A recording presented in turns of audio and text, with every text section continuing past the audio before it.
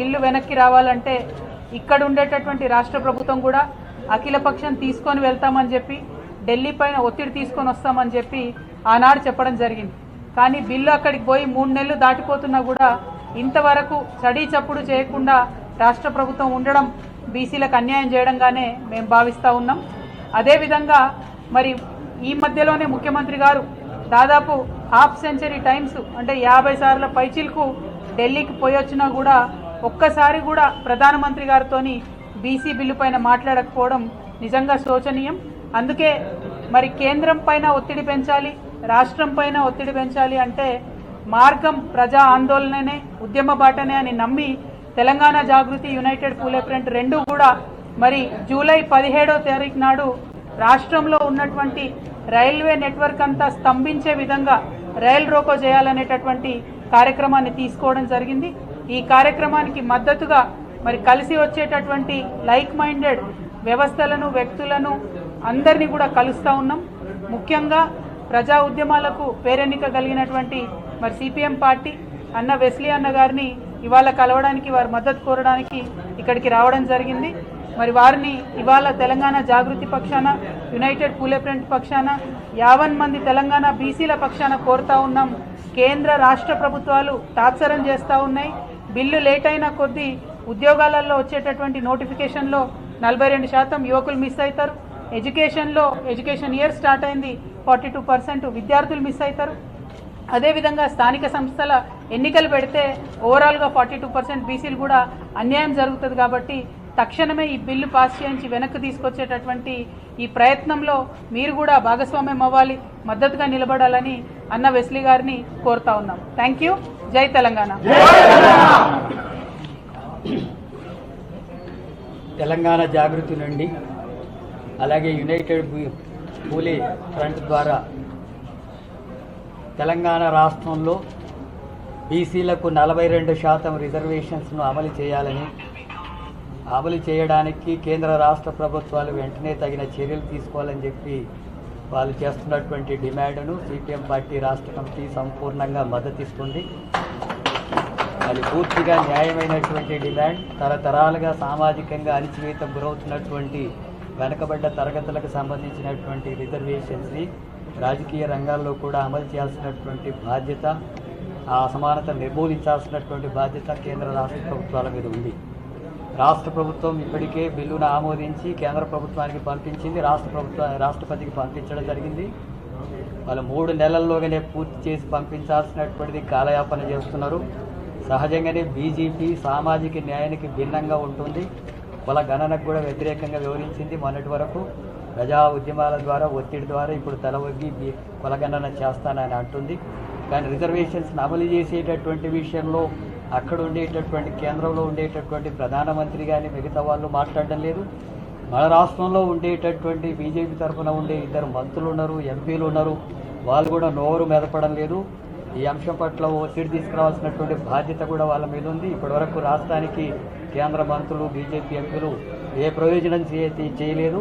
కనీసం BC reservations అయినా అమలు చేయడానికి, ఈ 42% రిజర్వేషన్ అమలు చేయడానికి కేంద్రం మీద ఒత్తిడి తీసుకొచ్చి అమలు చేసేటట్టుగా తీసుకురావాల్సిన బాధ్యత వాళ్ళ మీద కూడా ఉందని తెలియజేస్తున్నాం. అట్లాగే ఈ సమస్యల పరిష్కారం కోసం రాష్ట్ర ప్రభుత్వం కూడా కేవలం అధికారులకు, కేంద్ర ప్రభుత్వానికి వినతి పత్రాలు ఇవ్వడం, రాష్ట్రపతికి వినతి పత్రాలు ఇచ్చే వరకే పరిమితం కాకుండా ఒత్తిడి తీసుకురావాల్సిన అవసరం ఉంది. ఆ ఒత్తిడి తీసుకొచ్చేటటువంటి క్రమంలో అఖిలపక్షాన్ని ఏర్పాటు చేసి తీసుకెళ్తామన్నారు. ఈ రోజు వరకు అలాంటి చర్యకు పాల్పడలేదు. ఇప్పటికైనా అఖిలపక్షాన్ని తీసుకెళ్ళి కేంద్ర ప్రభుత్వం మీద కూడా ఒత్తిడి తీసుకొచ్చి రాష్ట్రపతిని ఆమోదం పొందేటట్టుగా కృషి చేయాల్సినటువంటి బాధ్యత రాష్ట్ర ముఖ్యమంత్రి మీద కూడా ఉంది. అందుకని ముఖ్యమంత్రి రేవంత్ రెడ్డి ఆ రకమైనటువంటి చొరవ తీసుకోవాల్సినటువంటి అవసరం ఉందని చెప్పి మేము భావిస్తున్నాం.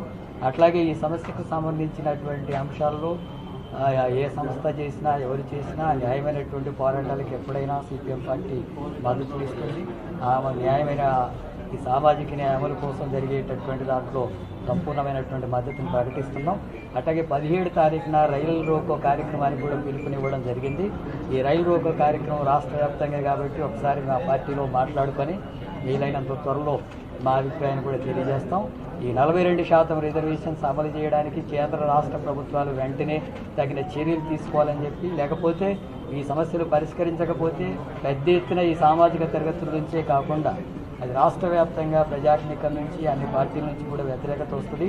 ఆ ప్రభుత్వాలకు కూడా తగిన గుణపాఠం చెప్పేటటువంటి పరిస్థితులు వస్తాయని చెప్పి హెచ్చరిస్తుంది. Thank you. జై తెలంగాణ. అన్ని జిల్లా కలెక్టరేట్ కార్యాలయంలో తెలంగాణ తల్లి విగ్రహం పెట్టాలని చెప్పేసి కూడా ప్రభుత్వం నిర్ణయం తీసుకున్నారు. నిర్ణయాన్ని ఎట్లా చూడాలి? అది తెలంగాణ తల్లి కాదు, కాంగ్రెస్ తల్లి అని మేము తెలంగాణ జాగృతి నుంచి ముందు నుండి చెప్తూ వస్తూ ఉన్నాం. ఆ కాంగ్రెస్ తల్లి బొమ్మలు వాళ్ళు ఎన్ని పెట్టుకున్నా మళ్ళీ తప్పకుండా అధికారంలోకి మేము వస్తాం. వచ్చిన తర్వాత జాగ్రత్తగా అవన్నీ తీసి గాంధీ భవన్కి పంపించడం జరుగుతుంది. ఎవరు కూడా ప్రజలు దాన్ని యాక్సెప్ట్ చేయడం లేదు. ఉద్యమ కాలంలో పెట్టుకున్నటువంటి ప్రతీకలను, ఉద్యమ ప్రతీకలను కాదని పక్కకు దోసి కొత్త వాటిని తెలంగాణ ఉద్యమానికి, తెలంగాణ సమాజానికి ప్రతీకగా మార్చాలని ప్రభుత్వం చేస్తున్నటువంటి కుట్రను తెలంగాణ ప్రజలు సునాయాసంగా అర్థం చేసుకుంటారు. కాబట్టే పెద్దగా ఎక్కడ రెస్పాన్స్ లేదు. ప్రభుత్వం బలవంతంగా పెట్టొచ్చేమో, ఇలా అధికారం ఉంది, పోలీసులు ఉన్నారు అని చెప్పి జులుం ప్రదర్శించొచ్చేమో, కానీ మళ్ళీ తప్పకుండా ఒకరోజు మాదవుతుంది. ఆనాడు మాత్రం అవి తీసి అన్ని మళ్ళీ గాంధీ భవన్ పంపిస్తారు. 10 ఏళ్ళు కవిత గారికి బీసీలు గుర్తుకు రాలేదు, ఇప్పుడు బీసీలు గుర్తుకొచ్చారు. కవిత గారికి బీసీ సంఘాలు రాజకీయ పార్టీకి మద్దతు జరుగుతుందని పొన్నం ప్రభాకర్ అన్న కామెంట్ చేశారు. పొన్నం ప్రభాకర్ అన్న గారు పాపం సామాజికంగా సర్వాయి పాపన్న వారసుడుగా కత్తితిప్పి సామాజికంగా, రాజకీయంగా ఏదైతే ఆర్థికంగా వెనుకబడ్డ కులాలందరికీ కూడా మరి చట్టబద్ధ తెస్తామని ఆశపడ్డాం. కానీ ఆయన ఏం మాట్లాడుతున్నాడంటే, మరి కాంగ్రెస్ ప్రభుత్వం మన ముఖ్యమంత్రి గారు చెప్తున్నాడు, ఏం చెప్తున్నాడు, మేము 6 పథకాలు గ్యారంటీ అమలు చేయాలంటే మరి మా దగ్గర చావ లేదు అని, డబ్బు లేదంటుండు, చాతగాక అనుకుంటున్నాడు. చావలేదా, చాతగాకనా మరి కాంగ్రెస్ ప్రభుత్వం మరి బీసీలకు చట్టసభలో రిజర్వేషన్ అమలు చేయాలంటున్న విషయాన్ని ఇవ్వద్దనేటువంటి అభిప్రాయం వల్ల ఖచ్చితంగా కాంగ్రెస్ పార్టీకి ఉన్నది. కవితమ్మ గారు చెప్పినట్టు కామాలంటే వారు చెప్పిన విషయాన్ని కూడా గుర్తు చేస్తూ ప్రజలకు అధికారం రావాలనే విషయంతో సంవత్సరాల కాలంగా రాష్ట్ర వ్యాప్తంగా తిరుగుతున్న విషయాన్ని కూడా గుర్తుంచుకోవాలి. ఏదో మరి ఒక పుంచుకొని కాంగ్రెస్ పార్టీలో ఆ మంత్రి పదవి కోసం మాట్లాడుతున్నాడు పొన్నం ప్రభాకర్ గారు. ఖచ్చితంగా చెప్తున్నాం, బీసీ సమాజంలో రాబోయే రోజుల్లో చట్టసభలో రిజర్వేషన్ తెచ్చినాకనే 42% ప్రజలకు రిజర్వేషన్ వచ్చిన తర్వాతనే ఎన్నికలకు పోవాలి.